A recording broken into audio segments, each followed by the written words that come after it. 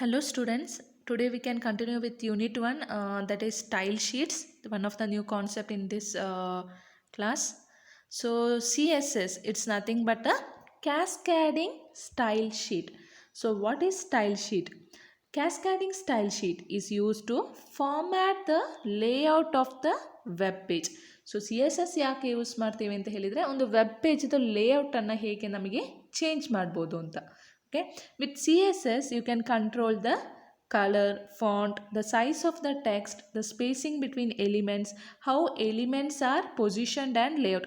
Elements anta enu anta helidre tags. Okay, what is elements anta helidre it's a tag. You can write the definition of a tag for an elements. Okay, h1 so ನೀವು ನೋಡಿದರೆ heading tags ಮತ್ತೆ p tag br tag so ಅದೆಲ್ಲ element tag. Okay, so ಇದನ್ನೆಲ್ಲ ನಾವು C S S ಮೂಲಕ control ಮಾಡ್ಬೋದು.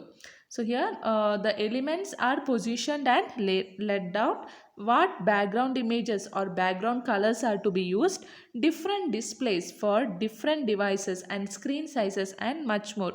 So by using the CSS we can make many changes in our web pages. Okay.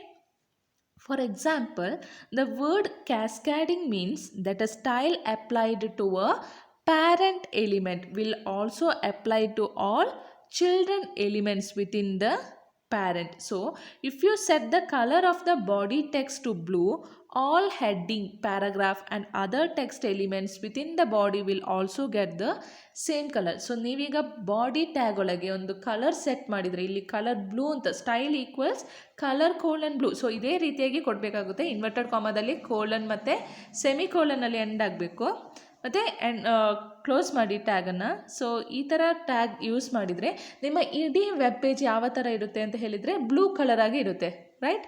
So ಇದನ್ನು ನಾವು ಕ್ಯಾಸ್ಕ್ಯಾಡಿಂಗ್ ಅಂತ ಹೇಳ್ತೀವಿ, ಕ್ಯಾಸ್ಕ್ಯಾಡಿಂಗ್ ಸ್ಟೈಲ್ ಶೀಟ್ಸ್ ಅಂತ. ಸೊ ಒಂದು ಪ್ಯಾರೆಂಟ್ ಈಗ ಬಾಡಿ ಟ್ಯಾಗಿಗೆ ಕೊಟ್ಟಿದ್ರೆ ಅದು ಇಡೀ ವೆಬ್ ಪೇಜಿಗೆ ಬರುತ್ತಲ್ಲ, ಬಾಕಿ ಇರುವ ಟ್ಯಾಗ್ಸ್ ಎಲ್ಲ ಸಹ ಬ್ಲೂ ಕಲರಲ್ಲೇ ಡಿಸ್ಪ್ಲೇ ಆಗುತ್ತೆ.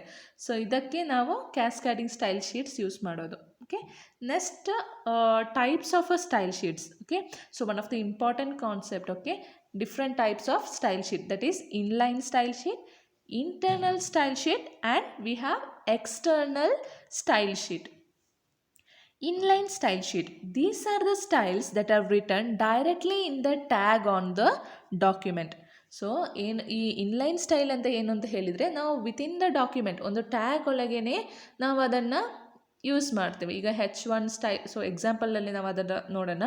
ಸೊ ಈ ಇನ್ಲೈನ್ ಅಂತ ಹೇಳಿದರೆ ಒಂದು ಡಾಕ್ಯುಮೆಂಟ್ ಒಳಗೇ ನಾವು ನಮ್ಮ ಡಾಕ್ಯುಮೆಂಟ್ ಒಳಗೇ ನಾವು ಈ ಸ್ಟೈಲನ್ನು ಯೂಸ್ ಮಾಡ್ತೀವಿ ಪರ್ಟಿಕ್ಯುಲರ್ ಟ್ಯಾಗಿಗೆ. And inline style sheet is use to apply a unique style to a single HTML element. So ಒಂದು ಪರ್ಟಿಕ್ಯುಲರ್ ಸ್ಟೈಲ್ ನಾವು ಒಂದು ಪರ್ಟಿಕ್ಯುಲರ್ ಟ್ಯಾಗಿಗೆ ಸೆಟ್ ಮಾಡೋದಕ್ಕೆ ನಾವು ಇನ್ಲೈನ್ ಸ್ಟೈಲ್ ಯೂಸ್ ಮಾಡ್ತೀವಿ ಅಂತ. And inline CSS uses the style attribute of an HTML element. So ನಾವು inline style use ಮಾಡಬೇಕು ಅಂತ ಹೇಳಿದಾಗ ನಾವು ಆಟ್ರಿಬ್ಯೂಟ್ ಸ್ಟೈಲ್ ಅಂತ ಯೂಸ್ ಮಾಡ್ತೀವಿ. ನೀವು ಆಗಲೇ ಇಲ್ಲಿ ನೋಡಿದರೆ ಬಾಡಿ ಸ್ಟೈಲ್ ಅಂತ ಹೇಳೋದೇನು attribute. So style equals colour colon blue ಅಂತ ಹೇಳೋದು value of a particular attribute. Okay, so this is an inline style CSS uses the style attribute of an HTML element. So here you can see one example, that is H1 style equals color colon blue. Here I had given the test a blue heading and the tag with H1. So ನೀವು output run ಮಾಡಿದಾಗ ಏನಾಗಬೇಕು, ಆ particular text colour ಏನಿರಬೇಕು blue colour, ಅದೊಂದು blue colour ಹೆಡ್ಡಿಂಗಲ್ಲಿ display ಆಗಬೇಕು. So ಅದಕ್ಕೆ ಆ ಟೆಕ್ಸ್ಟ್ ಆ ಬ್ಲೂ ಹೆಡ್ಡಿಂಗ್ ಅಂತ ಹೇಳೋದು ಬ್ಲೂ ಕಲರಲ್ಲಿ ಡಿಸ್ಪ್ಲೇ ಆಗಿರುತ್ತೆ. ಅದು ಯಾವ ಟ್ಯಾಗ್ ಒಳಗೆ H1. ಸೊ ನಾನು ಇನ್ನೊಂದು P ಟ್ಯಾಗ್ ಒಳಗೆ ಏನು ಮಾಡಿದ್ದೀನಿ, P ಅಂತ ಹೇಳೋದು paragraph tag. So P style equals colour colon red. So ಇಲ್ಲಿ ಪ್ಯಾರಾಗ್ರಾಫ್ ಟೆಸ್ಟ್ ಏನು ಬರೆದಿದ್ದೀನಿ ನಾನು, ರೆಡ್ ಪ್ಯಾರಾಗ್ರಾಫ್ ಅಂತ. So end the P tag. So ಅದು ಹೇಗೆ ಡಿಸ್ಪ್ಲೇ ಆಗುತ್ತೆ ಅಂತ ಹೇಳಿದರೆ ಪರ್ಟಿಕ್ಯುಲರ್ ಪ್ಯಾರಾಗ್ರಾಫ್ ಏನು ನೀವು ಮಧ್ಯೆ ಟೆಕ್ಸ್ಟ್ ಬರೆದಿರ್ತೀರ ಅಥವಾ ಕಂಟೆಂಟ್ಸ್ ಏನಿದೆ ಅದನ್ನು ರೆಡ್ ಕಲರಲ್ಲಿ ಡಿಸ್ಪ್ಲೇ ಆಗುತ್ತೆ. H1 ಯಾವ ಕಲರಲ್ಲಿ ಡಿಸ್ಪ್ಲೇ ಆಗುತ್ತೆ ಅಂತ ಹೇಳಿದರೆ ಬ್ಲೂ ಕಲರಲ್ಲಿ, P ಅಂತ ಇರೋದು ರೆಡ್ ಕಲರಲ್ಲಿ ಡಿಸ್ಪ್ಲೇ ಆಗುತ್ತೆ. ಸೊ ಅಲ್ಲಿ ನೋಡಿ ನೀವು ಹೇಗೆ ಸ್ಟೈಲ್ ಆಟ್ರಿಬ್ಯೂಟ್ ಯೂಸ್ ಮಾಡಿದ್ದಾರೆ ಅಂತ. So it's a inline style, how you are using in your web documents. Okay, it's an inline style. Next we have internal or embedded style sheets. So internal or embedded style sheet. An internal CSS is defined in the head section of an HTML page within a style element or a style attributes. Okay, so style tag. Okay, here there we are using the style attribute. Here it's a style tag. Okay, so ನಾವು internal or embedded style use ಮಾಡಬೇಕು ಅಂತ ಹೇಳಿದರೆ ನಾವು ಫಸ್ಟೆಲ್ಲ ನೋಡ್ತಾ ಇದ್ದೀವಿ HTML head title ಮತ್ತೆ ಪುನಃ close ಮಾಡ್ತೇವೆ ಹೆಡ್ ಟ್ಯಾಗ್. ಸೊ ಅದರೊಳಗೆ ನಾವು ಬೇರೆ ಏನು ಬರಿತಾ ಇದ್ದಿಲ್ಲ ಅಲ್ವಾ. ಸೊ ಇಲ್ಲಿ ಏನಾಗಬೇಕು ಅಂತ ಹೇಳಿದರೆ ನಿಮ್ಮ ಸ್ಟೈಲ್ ಆಟ್ರಿಬ್ಯೂಟ್ ನೀವು ಹೆಡರ್ ಟ್ಯಾಗ್ ಒಳಗೇ ಬರಿಬೇಕಾಗುತ್ತೆ. ಸೊ ಇಲ್ಲಿ ಎಕ್ಸಾಂಪಲಲ್ಲಿ ಕರೆಕ್ಟಾಗಿ ನೋಡೋಣ ನಾವು ಹೆಡರ್ ಟ್ಯಾಗ್ ಒಳಗೆ ಹೇಗೆ ಇಂಟರ್ನಲ್ ಸ್ಟೈಲ್ ಯೂಸ್ ಮಾಡೋದು ಅಂತ ಹೇಳಿ. Okay, and internal CSS is use to define a style for a single HTML page. So for example HTML head. So next ನೀವು ಫಸ್ಟಲ್ಲಿ ಏನು ಬರಿತಿದ್ದೀರಿ, ಟೈಟಲ್ ಅಂತ ಬರಿತಿದ್ದೀರಿ. ನಿಮಗೆ ಇಂಟರ್ನಲ್ ಸ್ಟೈಲ್ ಆ್ಯಡ್ ಮಾಡಬೇಕು ಅಂತ ಹೇಳಿದರೆ ಇಲ್ಲಿ ಸ್ಟೈಲ್ ಟ್ಯಾಗ್ ಅಂತ ಯೂಸ್ ಮಾಡಬೇಕು. Okay, style. ಸೊ ಇಲ್ಲಿ ನಾನು H1Pಗೆ ಕಲರ್ ಕೊಟ್ಟಿದ್ದೀನಿ. H1 ಫ್ಲವರ್ ಬ್ರ್ಯಾಕೆಟ್ಸಲ್ಲಿ ಇರಬೇಕು. ಇಲ್ಲಿ ನೋಡಿ ಚೇಂಜ್ ಆಗ್ತಾ ಇದೆ. ಫ್ಲವರ್ ಬ್ರ್ಯಾಕೆಟ್ಸಲ್ಲಿ ಕಲರ್ ಕೋಲನ್ ಬ್ಲೂ ಮತ್ತು ಪಿಯಲ್ಲಿ ಕಲರ್ ಕೋಲನ್ ರೆಡ್ ಕೊಟ್ಟು ಸೆಮಿಕೋಲನಲ್ಲಿ ಎಂಡ್ ಮಾಡಿ ಫ್ಲವರ್ ಬ್ರ್ಯಾಕೆಟ್ ಕ್ಲೋಸ್ ಮಾಡಿದ್ದೀನಿ. ಮತ್ತು ಸ್ಟೈಲ್ ಟ್ಯಾಗನ್ನು ಎಂಡ್ ಮಾಡಿದ್ದೀನಿ. ಮತ್ತು ಕ್ಲೋಸ್ ದ ಹೆಡರ್ ಟ್ಯಾಗ್ ಮತ್ತು ಬಾಡಿ ಟ್ಯಾಗ್ ಒಳಗೆ ಏನು ಬರೆದಿದ್ದೀನಿ. ಸೊ ನಿಮಗೆ ಅಲ್ಲಿ ನೋಡ್ಬೋದು H1 ಮತ್ತು P ಟ್ಯಾಗಿಗೆ ನಾನು ಏನೂ ಟೆಕ್ಸ್ಟ್ ಬರೆದಿಲ್ಲ, ಬಟ್ ಇಲ್ಲಿ ನಾನು ಬಾಡಿ ಟ್ಯಾಗ್ ಒಳಗೆ ಬರೆದಿದ್ದೀನಿ. ರೈಟ್. ಸೊ ಇಲ್ಲಿ ಬಾಡಿ ಟ್ಯಾಗಲ್ಲಿ ನೋಡ್ಬೋದು H1 this is a heading and with H1 tag. P this is a paragraph and with a P tag. So ಇಲ್ಲಿ H1ಗೆ ನನಗೆ ಈ ಪರ್ಟಿಕ್ಯುಲರ್ ಟೆಕ್ಸ್ಟ್ ಯಾವ ಕಲರಲ್ಲಿ ಡಿಸ್ಪ್ಲೇ ಆಗಬೇಕು, ಬ್ಲೂ ಕಲರಲ್ಲಿ. Next this is a paragraph colour ಯಾವುದು, ರೆಡ್ಡಲ್ಲಿ display ಆಗುತ್ತೆ. So ಇಲ್ಲಿ ನೀವು ಈಗ H1P ಅಂತಲ್ಲ ಯಾವುದೇ ಟ್ಯಾಗ್ ಯೂಸ್ ಮಾಡಿದರೂ ನಿಮಗೆ ಅದನ್ನು ಇಲ್ಲಿಗೆ ನಿಮಗೆ ಚೇಂಜ್ ಮಾಡ್ಬೋದು. ಇಲ್ಲಿ ನಿಮಗೆ ಅದಕ್ಕೆ ಪ್ರಾಪರ್ಟೀಸ್ ಕೊಡ್ಬೋದು. ಸೊ ಅದಕ್ಕೆ ಇಂಟರ್ನಲ್ ಆರ್ ಎಂಬೆಡೆಡ್ ಸ್ಟೈಲ್ ಅಂತ ಹೇಳ್ತೀವಿ. ನಾವು ಇಲ್ಲಿ ಹೇಗೆ ಮಾಡ್ತಿದ್ದೀವಿ ಅಂತ ಹೇಳಿದರೆ ಪರ್ಟಿಕ್ಯುಲರ್ ಟ್ಯಾಗ್ ಯೂಸ್ ಮಾಡಿದಾಗ ಇಲ್ಲೇ ಡೈರೆಕ್ಟಾಗಿ ನಾವು ಇನ್ಲೈನ್ ಸ್ಟೈಲ್ ಯೂಸ್ ಮಾಡ್ಬೋದು. But internal or embedded style use ಮಾಡಿದಾಗ ಸ್ಟೈಲ್ ಟ್ಯಾಗ್ ಯೂಸ್ ಮಾಡಿ ಹೆಡರ್ ಟ್ಯಾಗ್ ಒಳಗೆ ಕೊಡಬೇಕು. This is an internal or embedded style sheet. Okay,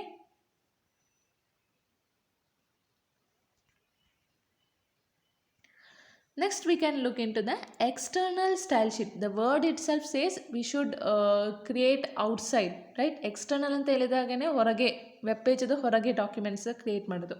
okay, so ನೋಡ್ಕೊಳ್ಳಿ, it is used in outside of the HTML code design.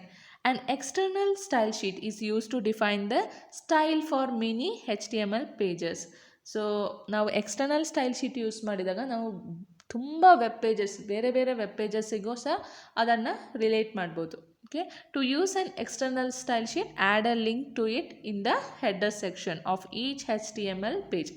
So ನಾವು external style sheet use ಮಾಡಿದಾಗ ನಾವು ಲಿಂಕನ್ನು add ಮಾಡಬೇಕು. Because ಆ ಫೈಲ್ ಹೊರಗೆ ಇರುತ್ತಲ್ಲ, ಸೊ ಅದಕ್ಕೆ ಲಿಂಕ್ ಯೂಸ್ ಮಾಡಬೇಕಾಗುತ್ತೆ. ಸೊ ಇಲ್ಲಿ ನಮಗೆ ಒಂದು ಎಕ್ಸಾಂಪಲ್ ನೋಡೋಣ. ಸೊ ನಿಮಗೆ ಆಗ ಡೀಟೇಲ್ ಆಗಿ ಅರ್ಥ ಆಗ್ಬೋದು. ನಾನಿಲ್ಲಿ ಫೈಲ್ ನೇಮ್ example.html ಅಂತ ತಗೊಳ್ಳಿ. ಸೊ ಇಲ್ಲಿ HTML ಹೆಡ್ ನಾನೊಂದು ಇಲ್ಲಿ ಲಿಂಕ್ ಸ್ಪೆಸಿಫೈ ಮಾಡಿದ್ದೀನಿ. ಅಂದರೆ ನೀವು ಈ ಪರ್ಟಿಕ್ಯುಲರ್ ಲಿಂಕಲ್ಲಿ ರೆಲ್ ಅಂದರೆ ಸ್ಟೈಲ್ ಶೀಟ್. ಸೊ HREF ಅಂತ ಹೇಳಿದರೆ styles.css ಅಂತ ಹೇಳುವ ಫೈಲಿಗೆ ಲಿಂಕ್ ಆಗಬೇಕು. ಸೊ styles.cs ಅಂತ ಹೇಳೋದು ಇನ್ನೊಂದು ಡಾಕ್ಯುಮೆಂಟ್ ಅಥವಾ ಇನ್ನೊಂದು ಫೈಲ್ ನಾವು ನೋಟ್ ಪ್ಯಾಡಲ್ಲಿ ಕ್ರಿಯೇಟ್ ಮಾಡಿರೋದು. Okay, so it's a style.css. ನೋಡಿ ಅಲ್ಲಿ CSS file extension .css. Okay, so cascading style ಶೀಟದು file extension is .css.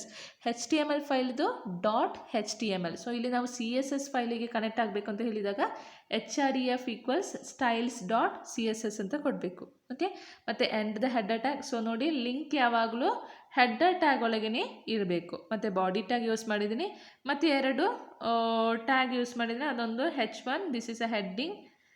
Okay, this is a heading /H1. P this is a paragraph tag, body HTML. So ನಾನಿಲ್ಲಿ H1Pಗೆಲ್ಲ styles apply ಮಾಡೋಕ್ಕೆ ಇನ್ನೊಂದು file create ಮಾಡಿದ್ದೀನಿ, ಅದು styles.css. So ಇಲ್ಲಿ ನೋಡಿ the file must be saved with in extension .css. So ಇನ್ನೊಂದು note ಪ್ಯಾಡಲ್ಲಿ ನೀವು ಒಂದು ಫೈಲ್ ನೇಮ್ ಕೊಟ್ಟು ಡಾಟ್ ಎಕ್ಸ್ಟೆನ್ಷನ್ ಏನಿರಬೇಕು .css ಅಂತ. ಸೊ ಇಲ್ಲಿ ನೋಡಿ ಸ್ಟೈಲ್ಸ್ ಅಂತಲೇ ಕೊಟ್ಟಿದ್ದಾಗ ಈಗ ನೀವು ಸ್ಟೈಲ್ STYLE ಅಂತ ಕೊಟ್ಟಿದ್ದಾಗ ಸಹ ಇಲ್ಲಿ ನೀವು STYLE ಅಂತಲೇ ಕೊಡಬೇಕು, ಬಿಕಾಸ್ ಫೈಲ್ ನೇಮ್ಸ್ ಯಾವಾಗಲೂ ಮ್ಯಾಚ್ ಆಗಬೇಕು. ಆಯಿತಾ? ನೀವು ಏನು ಫೈಲ್ ನೇಮ್ ಕೊಟ್ಟಿರ್ತೀರಾ ಅದನ್ನೇ ಈ ಕಡೆ HREF ಲಿಂಕ್ ಮಾಡೋಕ್ಕೆ ಸಹ ಕೊಡಬೇಕಾಗುತ್ತೆ. ಓಕೆ, ಸೊ ಇಲ್ಲಿ ಏನಾಗಬೇಕು ಅಂತ ಹೇಳಿದರೆ, ನಿಮ್ಮ HTML ಸ್ಟ್ರಕ್ಚರ್ ಏನು ಬೇಕು ಅಂತಿಲ್ಲ, ಡೈರೆಕ್ಟಾಗಿ ನಿಮಗೆ ಯಾವ ಟ್ಯಾಗಿಗೆ ಏನು ಯೂಸ್ ಮಾಡ್ಬೋದು ಅಂತ ಹೇಳಿ ಡೈರೆಕ್ಟಾಗಿ ಬರಿಬೋದು. ಸೊ ಇಲ್ಲಿ ನೋಡಿ, ನಾನು ಬಾಡಿ ಟ್ಯಾಗಿಗೆ ಬ್ಯಾಕ್ಗ್ರೌಂಡ್ ಕಲರ್ ಕೋಲನ್ ಬ್ಲೂ ಅಂತ, ಅಂದರೆ ನಿಮ್ಮ ಔಟ್ಪುಟ್ಟಲ್ಲಿ ಹೋದಾಗ ನಾನಿಲ್ಲಿ ಬಾಡಿಗೆ ಯಾವ ಒಂದು ಪ್ರಾಪರ್ಟೀಸ್ ಆಟ್ರಿಬ್ಯೂಟ್ಸ್ ಸಹ ಸೆಟ್ ಮಾಡಿಲ್ಲ. ಬಟ್ ಸ್ಟೈಲ್ ಶೀಟಲ್ಲಿ ಬಂದಾಗ ನಾನೊಂದು ಆಟ್ರಿಬ್ಯೂಟ್ ಸೆಟ್ ಮಾಡಿದೆ, ಬ್ಯಾಕ್ಗ್ರೌಂಡ್ ಕಲರ್ ಬ್ಲೂ ಅಂತ. ಆಗ ನಿಮ್ಮ ವೆಬ್ ಪೇಜ್ ಏನಾಗುತ್ತೆ, ಲಿಂಕ್ ಆದಾಗ ನಿಮ್ಮ ವೆಬ್ ಪೇಜ್ ಬ್ಲೂ ಕಲರಲ್ಲಿ ಡಿಸ್ಪ್ಲೇ ಆಗುತ್ತೆ. ಸೊ ನೆಕ್ಸ್ಟ್ ನಾನಿಲ್ಲಿ ನೆಕ್ಸ್ಟ್ H1 ಟ್ಯಾಗಿಗೆ ದಿಸ್ ಈಸ್ ಆ್ಯನ್ ಹೆಡ್ಡಿಂಗ್ ಅಂತ ಕೊಟ್ಟಿದ್ದೀನಿ. ಸೊ ಇಲ್ಲಿ ನಾನು ಬಂದಾಗ H1ಗೆ ಆಟ್ರಿಬ್ಯೂಟ್ ಸೆಟ್ ಮಾಡಿದ್ದೀನಿ, ಅದು ಕಲರ್ ಕೋಲನ್ ಪಿಂಕ್. ಸೊ ಅದೇನಂತ ಆಗುತ್ತೆ ಅಂತ ಹೇಳಿದರೆ, ಪರ್ಟಿಕ್ಯುಲರ್ ಟೆಕ್ಸ್ಟ್ ಪಿಂಕ್ ಕಲರಲ್ಲಿ ಡಿಸ್ಪ್ಲೇ ಆಗುತ್ತೆ. Next P colour colon red, ಅಂದರೆ ಇಲ್ಲಿ P ಟ್ಯಾಗ್ ಯೂಸ್ ಮಾಡಿದ್ದೀನಿ. So this is a paragraph ಅಂತ ಹೇಳೋದು ರೆಡ್ ಕಲರಲ್ಲಿ ಡಿಸ್ಪ್ಲೇ ಆಗಬೇಕು. ಸೊ ಹಾಗೆ ನಾವು ಎಷ್ಟು ಎಲಿಮೆಂಟ್ಸ್ ಅಥವಾ ಟ್ಯಾಗ್ಸ್, ನಾವು ಈ ಬಾಡಿ ಟ್ಯಾಗ್ ಒಳಗೆ ಎಷ್ಟು ಟ್ಯಾಗ್ಸ್ ಯೂಸ್ ಮಾಡಿದ್ದೀರಾ ಆ ಟ್ಯಾಗ್ಸಿಗೆಲ್ಲ ಸ್ಟೈಲ್ ಅಥವಾ ಆಟ್ರಿಬ್ಯೂಟ್ಸ್ ನಿಮಗೆ ಇಲ್ಲಿ ಸೆಟ್ ಮಾಡ್ಬೋದು. ಬೇರೆ ಕಲರ್ ಮಾತ್ರ ಅಲ್ಲ ನಿಮಗೆ ಸೆಟ್ ಮಾಡೋಕ್ಕಾಗೋದು, ಅಲೈನ್ಮೆಂಟ್ ಸೆಟ್ ಮಾಡ್ಬೋದು, ಇಮೇಜಸ್ ಸೆಟ್ ಮಾಡ್ಬೋದು. ಸೊ ಅದೆಲ್ಲ ಇಲ್ಲಿ ಆಟ್ರಿಬ್ಯೂಟ್ಸ್ ಇಲ್ಲಿ ಸ್ಟೈಲ್ಸಲ್ಲಿ ಸ್ಪೆಸಿಫೈ ಮಾಡ್ಬೋದು. ಇದಕ್ಕೆ ನಾವು styles.css ಕ್ಯಾಸ್ಕ್ಯಾಡಿಂಗ್ ಸ್ಟೈಲ್ ಶೀಟ್ಸ್ ಯೂಸ್ ಮಾಡ್ತೀವಿ. Okay, so note, with an external style sheet you can change the look of an entire website by changing one file. So ನೀವೊಂದು file create ಮಾಡಿದ್ರಾಗ so ನೀವೊಂದು particular style sheets ನಿಮಗೆ colour image ಅದೆಲ್ಲ add ಮಾಡಬೇಕು ಅಂತ ಹೇಳಿದರೆ ಈ ಒಂದು particular ಫೈಲಲ್ಲಿ ಬಂದುಬಿಟ್ಟು ಚೇಂಜ್ ಮಾಡಿದರೆ ನಿಮ್ಮ ವೆಬ್ಸೈಟ್ ಪರ್ಫೆಕ್ಟ್ ಲುಕ್ ಕೊಡುತ್ತೆ ಅಂತ ಹೇಳಿ. Okay, so this is about the 3 types of an cascading style sheet. Okay, next we have the advantages of style sheets. CSS saves the time. We can write CSS once and then reuse the same sheet in multiple HTML pages. We can define a style for each HTML element and apply it to as many web pages as you want. So ಇಲ್ಲಿ CSS save time. How it saves the time ಅಂತ ಹೇಳಿದರೆ, ನಮ್ಮ CSS ನಾವು CSS file, ಈಗ ನಾವು ಏನಾದರೂ colour ಅಥವಾ properties ಎಲ್ಲ ಚೇಂಜ್ ಮಾಡ್ತಾ ಇದ್ದಾಗ ಆ ಪರ್ಫೆಕ್ಟ್ ಲುಕ್ ಒಂದು ವೆಬ್ ಪೇಜಿಗೆ ಸಿಗುತ್ತೆ. ಸೊ ನೀವು ಬೇರೆ ತುಂಬ ವೆಬ್ ಪೇಜಸ್ಸಿಗೆ ತುಂಬ ಟ್ಯಾಗ್ಸ್ ಯೂಸ್ ಮಾಡಿದಾಗ ಈ ಒಂದು ಲಿಂಕ್ ಕೊಟ್ಟಿದಾಗ ನಿಮಗೆ ಅಲ್ಲಿ ಸಹ ಈ ಪರ್ಟಿಕ್ಯುಲರ್ ಫೈಲ್ ಯೂಸ್ ಮಾಡ್ಬೋದು. ಸೊ ಅದಕ್ಕೆ it saves the time. We need not create the files or tag attributes in a similar file. ನೀವು ಜಸ್ಟ್ ಅಲ್ಲಿ ಟ್ಯಾಗ್ ಆ್ಯಡ್ ಮಾಡಿದರೆ ಸಾಕು ನಿಮ್ಮ ಡಾಕ್ಯುಮೆಂಟ್ಲಿ. ಬಾಕಿ ಎಲ್ಲ ಸ್ಟೈಲ್ ಶೀಟ್ಸನ್ನು ಯೂಸ್ ಮಾಡಿಬಿಟ್ಟು ಕಲರ್ ಅದೆಲ್ಲ ಪ್ರಾಪರ್ಟೀಸ್ ಆಟ್ರಿಬ್ಯೂಟ್ಸ್ ಎಲ್ಲ ಚೇಂಜ್ ಮಾಡ್ಬೋದು. So it's a save time. Next, easy maintenance. To make a global change, simply change the style and all elements in all the web pages will be updated automatically. So it is very easy to maintain. Global web standards. Now HTML attributes are being deprecated and it is being recommended to use the CSS. So it's good idea to start using CSS in all the HTML pages to make them compatible with future browsers. So global web standards ಅಂದರೆ particular web page ಈಗ CSS file use ಮಾಡಿನೇ development ಮಾಡ್ಬೋದು. So ನೀವೊಂದು idea ಮಾಡಿ, ನೀವು Google ಕ್ರೋಮಲ್ಲಿ ಒಂದು particular website visit ಮಾಡಿದಾಗ ಒಮ್ಮೆ ರೈಟ್ ಕ್ಲಿಕ್ ಕೊಟ್ಟು ಪ್ರಾಪರ್ಟೀಸಿಗೆ ಹೋಗಿ ಆ ಒಂದು URLs ಅಂದರೆ ಅಲ್ಲಿ ವೆಬ್ದು ಲಿಂಕ್ಸ್ ಆಗಲಿ ವೆಬ್ ಕೋಡ್ ಹೇಗೆ ಡಿಸ್ಪ್ಲೇ ಆಗುತ್ತೆ ಅಂತ ನಿಮಗೆ ನೋಡ್ಬೋದು. ಸೊ ಒಂದು ಟ್ರೈ ಮಾಡಿ ನೋಡಿ, ವೆಬ್ಸೈಟಿಗೆ ಹೋಗಿ ರೈಟ್ ಕ್ಲಿಕ್ ಕೊಟ್ಟು ಅದರಲ್ಲಿ ವೆಬ್ ಕೋಡ್ ಅಂತೆಲ್ಲ ಬರುತ್ತೆ. ಸೊ ಅದೊಮ್ಮೆ ಟ್ರೈ ಮಾಡಿ ನೋಡಿ. ಎಲ್ಲ ವೆಬ್ಸೈಟಿಗೂ ಸಹ ಪರ್ಟಿಕ್ಯುಲರ್ ಕೋಡ್ ಅಂತೂ ಇದ್ದೇ ಇರುತ್ತೆ. ಸೊ ಹೇಗೆ ನಿಮ್ಮ HTML pages, web pages, CSS files ಎಲ್ಲ ನಿಮಗೆ ಅಲ್ಲಿ ಕಾಣೋಕ್ಕೆ ಸಾಧ್ಯವಾಗುತ್ತೆ. Okay, so nowadays CSS files are using in every websites or a web pages. Okay, platform independence. The script offer the consistent platform independence and can support the latest browser as well. Means it can be used in any operating system. It is a platform independence. Next, it is easy for the user to customize the online page. So it is easy for the online web pages also. Next, disadvantages of a style sheets are, with CSS, what works with one browser might not always work with another. The web developers need to test for compatibility running the program across the multiple browsers.